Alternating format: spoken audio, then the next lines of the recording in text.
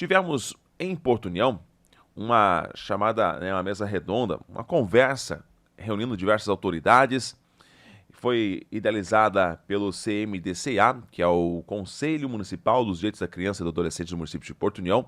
Contou com a presença de diversas autoridades no assunto: Conselho Tutelar, Polícia Militar, Ministério Público, também o curso de Direito da UNC, professores, enfim, voltados a esta ação que é o combate à exploração sexual de crianças e adolescentes. Um assunto sério que temos que ter muita cautela, pois a maioria dos casos acaba acontecendo no âmbito familiar, no seio familiar.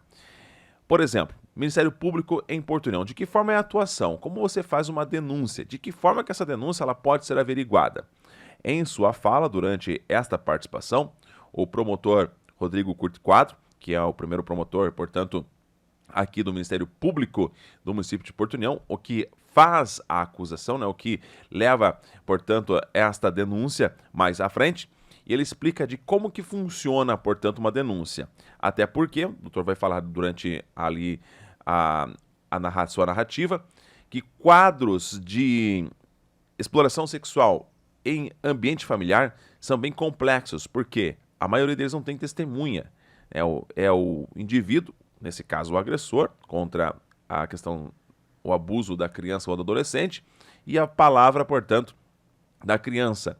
E aí entra, portanto, o olhar clínico, tanto de familiares, quanto também da própria criança em ambiente escolar, já que muitas vezes ela vai acabar contando ali para a professora, para a diretora, ela vai, de uma certa forma, acabar, às vezes, não dando detalhes, porque é um assunto tão delicado que, por vezes, a criança tem vergonha de falar. Então, qualquer alteração tem que ser observada. É um assunto muito sério, porque, infelizmente, são coisas que acontecem diariamente, isso a nível mundial. E aqui na nossa região não é diferente. Temos vários casos sendo investigados e o trabalho do Ministério Público, você vai saber de que forma é a sua atuação através do promotor, Dr. Rodrigo. Sim, aconteceu o crime. Há duas possibilidades de serem descobertos, digamos assim. Ou a polícia militar flagra, o que é mais difícil. Já aconteceu? Já aconteceu. Já aconteceu de alguém acionar, escutou barulho, chegou lá, estava um adulto abusando sexualmente de uma criança. E foi preso em flagrante. Mas essa é uma minoria. A grande maioria se vê através de denúncias, ou às vezes relato dos professores, pedagogos, ou às vezes o trabalho da polícia, e que aí, então, inicia uma investigação. Essa investigação ganha o nome de inquérito policial, certo? Onde é um procedimento onde vai se ouvir todo mundo. Vai-se, eventualmente, buscar procedimentos de caráter psicológico para ver se descobre, se não descobre, como é que foi, tinha vizinho e tal. E, no final, isso é mandado para o fórum. Aí o promotor de justiça, no caso, o membro do Ministério Público, vai pegar aquele caderno, que agora é digitalizado, mas... e vai ver, meu Deus, ou processo ou não processo essa pessoa. Tem elementos para processar? O João da Silva tem. Então eu vou processá-lo pelo crime de estupro. Não, precisa algumas coisas esclarecerem. Volta para a delegacia para esclarecer. Ou, não, isso aqui não tem o mínimo possibilidade, não tem prova alguma para iniciar, arquiva-se. Tá? Então, o inquérito policial ou o auto-prisão em flagrante feito que iniciou-se pela Polícia Militar, mas lavrado pelo delegado, ou inquérito policial militar, vão para o fórum, e é o promotor, então, que é o órgão acusador, e tiver provas, para tanto, que vai acusar o João da Silva de ter estuprado e vai buscar sua condenação. Certo? Mas no final do processo, o promotor tem dúvida. Aí o promotor, na dúvida, pede a absolvição. Deve fazer isso. Agora, e a doutora Gília depois vai falar, a defesa, por sua vez, também exerce um papel muito importante, porque às vezes pode nos dar a cabeça que crimes como esse não merecem defesa. Calma lá. A Gília vai entrar no assunto. Todos merecem defesa técnica para ver o que aconteceu, se foi assim, se não há uma manipulação por trás, enfim, porque tenta isso também. Sobre legislação de combate ao abuso sexual.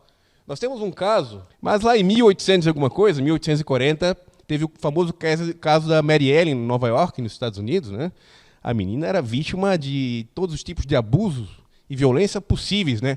E sequer existia legislação, na época, que a protegesse.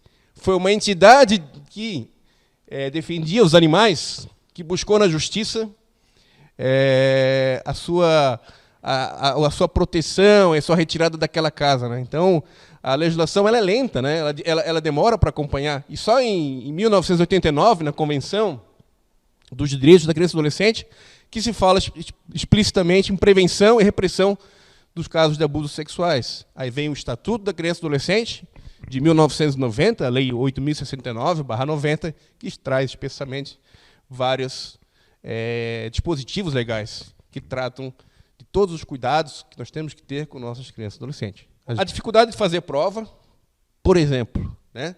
Tem casos que há a conjunção carnal, né? Que é a cópula vagínica, digamos assim. Conforme o caso, é mais fácil ter um laudo dizendo que houve rompimento do ímen e tal. Mas aquele caso do padrasto, eu vou dar um exemplo, porque padrasto acontece bastante, né? Ou do tio, né? Pessoas da família, geralmente, né, Aline? Não se busca, assim, às vezes... Não, pessoas conhecidas. E as carícias? Não deixam lesões, né? Um sexo oral não deixa lesão. Manipulações e carícias nos órgãos genitais não deixam lesões. Então, o testemunho ganha muita relevância, né? E tem que se ter cuidado, né? Para mim, particularmente, eu confesso que é um dos crimes mais difíceis para trabalhar. Porque a gente trabalha assim, só com aquela palavra muitas vezes, né? Então tem que tomar um cuidado, e por isso que a área da psicologia é tão importante. Há casos que o crime ocorre, mas há, às vezes, e eu já vi isso nos relatos indícios que pode até estar havendo ali uma fala replicada de um adulto, né?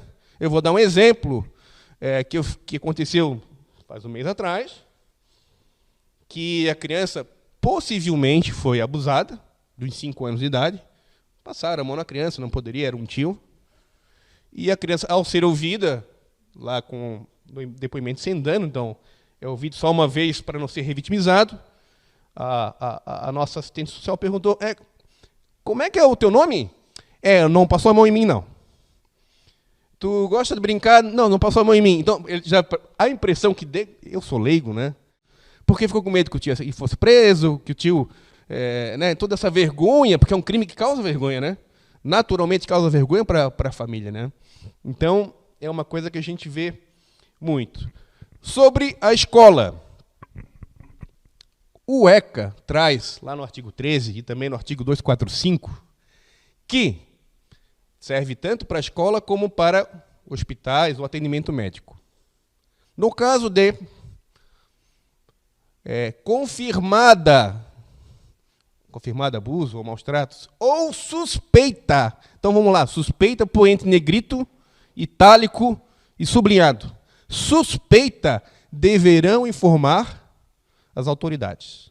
Então, eu gosto, inclusive, quando eu vou nas escolas, conversar sobre isso. Gente, é suspeita. Você não está dizendo que ele estuprou, você está dizendo, ó, uma suspeita.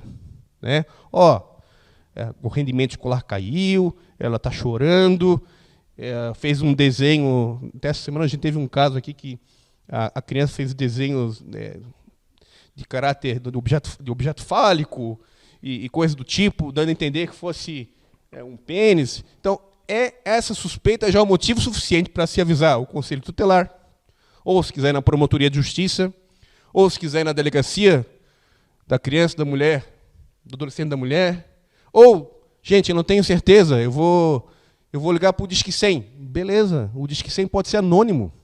Que maravilha, né? Não precisa nem se expor. Né? Porque a gente tem medo de falar, não sei isso. Então, liga para o Disque 100. Perfeito. Né? O que a gente não pode é ter uma suspeita e deixar morrer por ali mesmo.